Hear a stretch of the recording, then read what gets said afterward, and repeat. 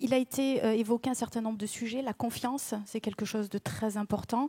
On a évoqué aussi beaucoup d'atouts que nous possédons en France. L'ANSSI est effectivement très active depuis plusieurs années, mais particulièrement ces derniers mois.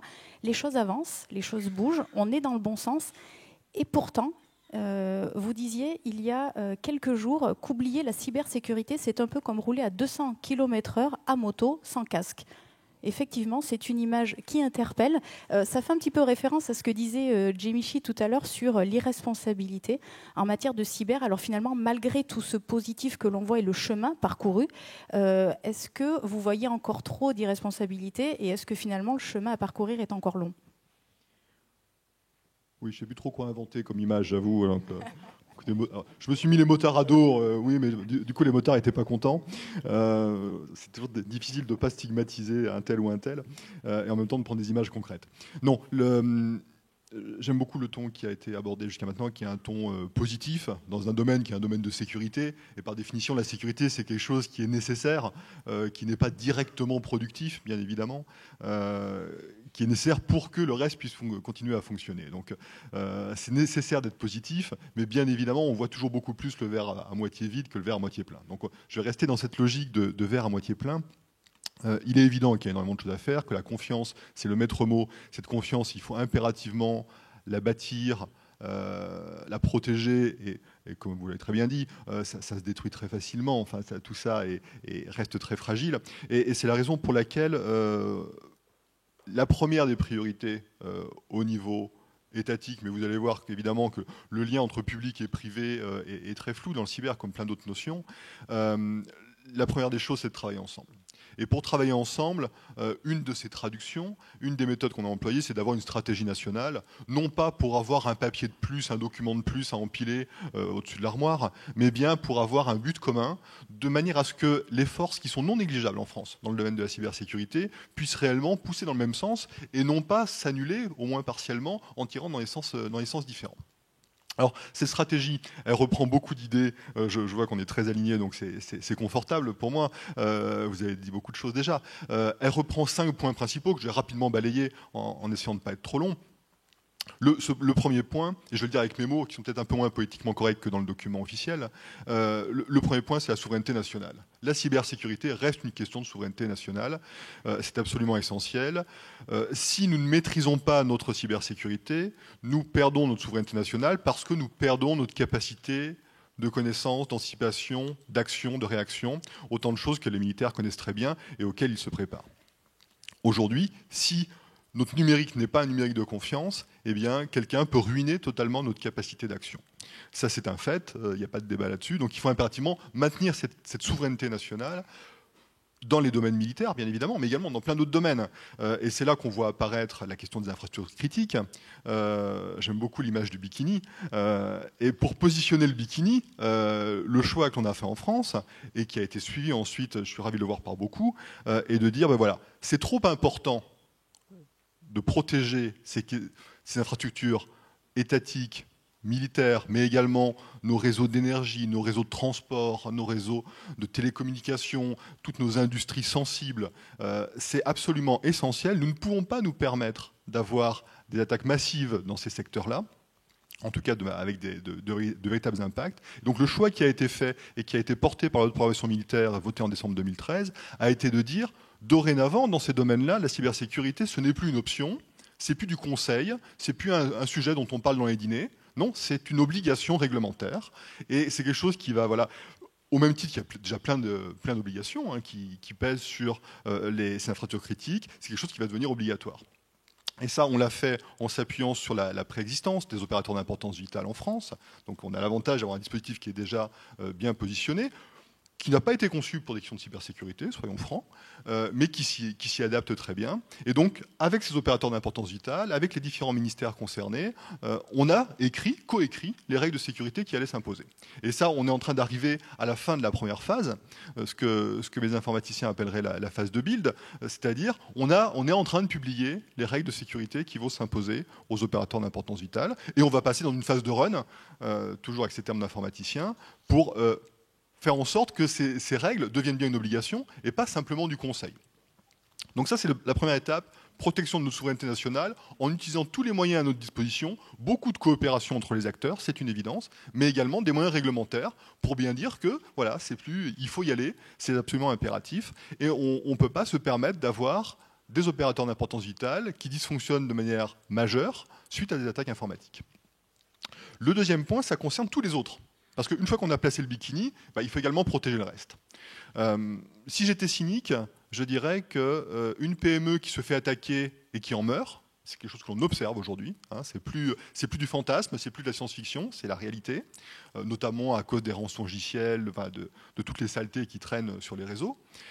Aujourd'hui, on a des sociétés qui perdent toutes leurs données, et en perdant leurs données, elles perdent leur valeur, elles mettent la clé sous la porte. C'est plus du fantasme.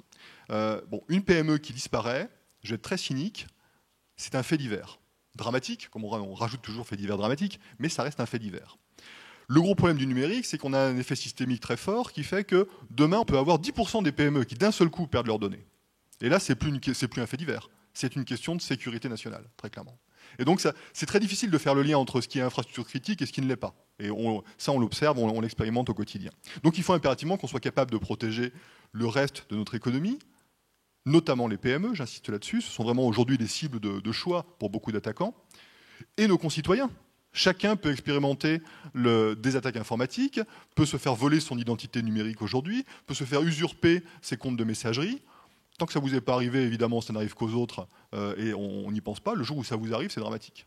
Donc on se doit de protéger tous ces gens-là. C'est un haut qui est collectif, hein, je ne parle pas du tout uniquement au nom de l'ANSSI, loin de là.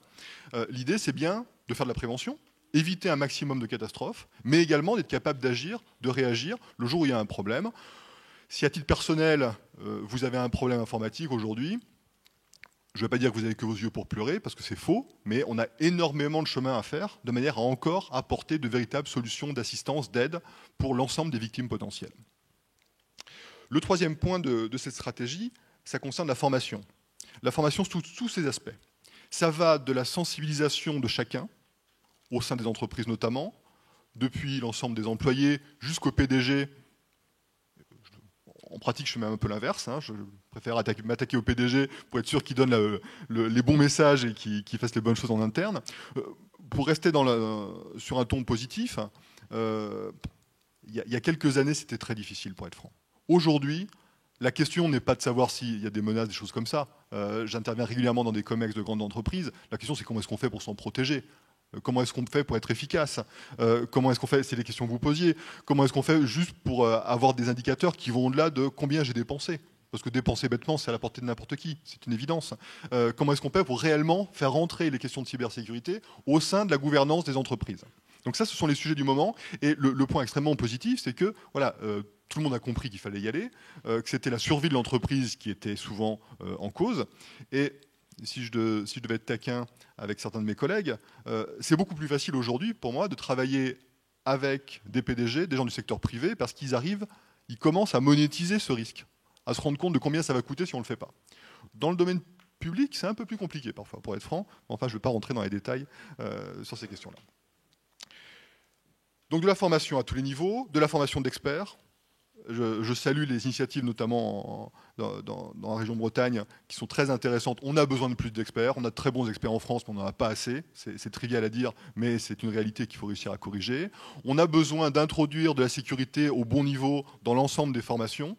Depuis le primaire, je vais provoquer, mais quand on commence à apprendre à nos enfants à utiliser Internet, à apprendre le numérique, eh ben, c'est le moment de leur expliquer 2-3 choses. Pas en faire des experts en cybersécurité, c'est une évidence, mais voilà, distiller les bons messages et faire ça tout au long de la formation, intégrer de la cybersécurité dans les formations professionnelles également. Aujourd'hui, on a l'impression que quelqu'un qui n'est pas né dans le cyber est perdu définitivement pour le sujet. Je ne vois pas pourquoi, sincèrement, même si c'est un domaine qui va évidemment très vite. On peut être très, très pertinent sur ces sujets-là, même si on n'a pas commencé dans ce domaine-là. Donc voilà, je ne détaille pas plus, mais énormément de sujets autour de la formation et de la sensibilisation.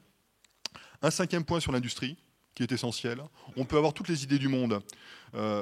Si on n'a pas des industriels de confiance compétents pour les implémenter, ça ne fonctionnera pas.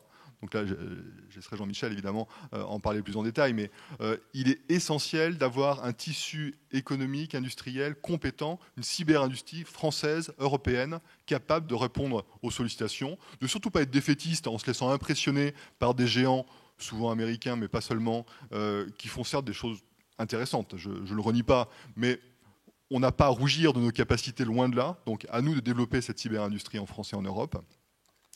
Et puis enfin, le dernier point, c'est très national, ce que je viens de dire, mais en fait, la dimension coopération est absolument essentielle. On ne se protège pas tout seul dans le cyberespace, ça n'a pas de sens. On doit évidemment protéger sa souveraineté, mais également travailler avec les autres, travailler en bilatéral, c'est ce que l'on fait beaucoup, avec des acteurs. C'est compliqué, je ne vous le cache pas, parce que les organisations nationales sont différentes, très différentes d'un pays à l'autre, mais on sait passer outre ces difficultés pour être capable d'avoir de véritables relations opérationnelles qui ne soient pas naïves, mais qui soient efficaces, en multilatéral, au niveau de l'OTAN, au niveau de l'Europe.